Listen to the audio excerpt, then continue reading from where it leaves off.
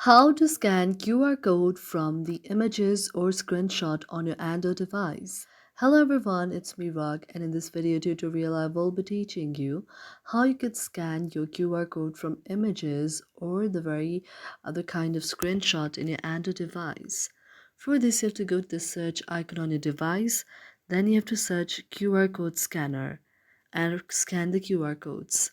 Now when you tap on the scan the QR code, here you can see the option of scan the code from the various kind of option. You can tap on it.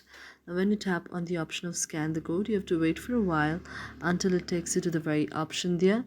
Now when it takes you to the very option and it opens, what you can do is you can just bring out your images or the screenshots from your device there.